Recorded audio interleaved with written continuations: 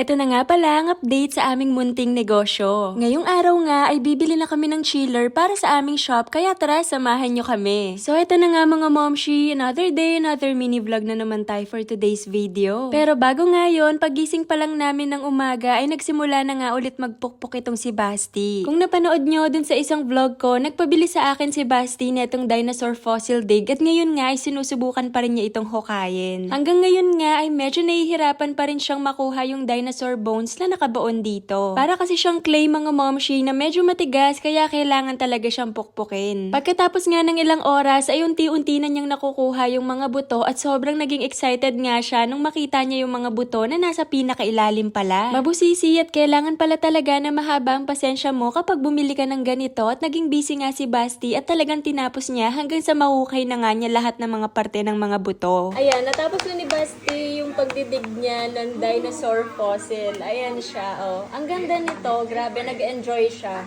Magmula kahapon ng 7 p.m. until now, sobrang naging busy siya sa paghuhukay nitong mga fossil niya.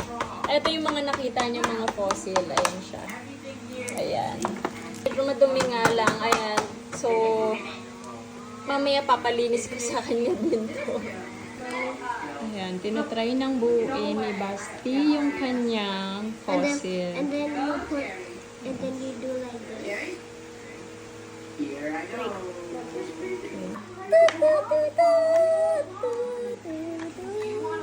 You can also turn the head. You can twist the head like this. See? Twist the head. Oh, not like that. See? You can make it in the middle like this. See? It looks like a real dinosaur's bones. Oh my god. Pagkatapos nga niyang ma-assemble yung buto ng dinosaur ay pinagwalis ko naman siya dahil sobrang naging makalat nga sa sala namin dahil nga sa clay na nagkalat. Anyway, fast forward, pagdating ng hapon ay pumunta kami ng Abenson sa may Walter Mart para magtingin at bumili na ng chiller na kakailanganin namin para sa shop. Bago nga pala ako bumili ay nag-canvas na rin ako sa iba't ibang store at marami na ngang napuntahan namin para maikumpara nga kung saan ba kami mas makakatipid. Dumiretso nga agad kami kung nasaan yung mga chiller at pagkakatanda ko ay dalawang brand lang yung meron sila na nakadisplay doon. Dalawang brand nga lang yung pinagpipilian ko, ang Condura ba or yung Fujidenso at may kamahalan din pala kapag inverter na ito. Nakapag-canvas na ako sa SM Appliance, Mega Savers, FC Homes at Savers Mall at pare-pareho nga ang mga presyuhan nila tapos hindi pa inverter yon. Pero dito nga sa Abenson ay medyo mura yung presyo at yung chiller nila ay inverter na. Ang pinili ko nga ay Fujidenso na inverter kahit medyo pricing nga siya ay palagay ko makakatipid naman kami sa kuryente nito dahil 24/7 ngang nakabukas ito sa pwesto. O baka naman Fujidenso, char.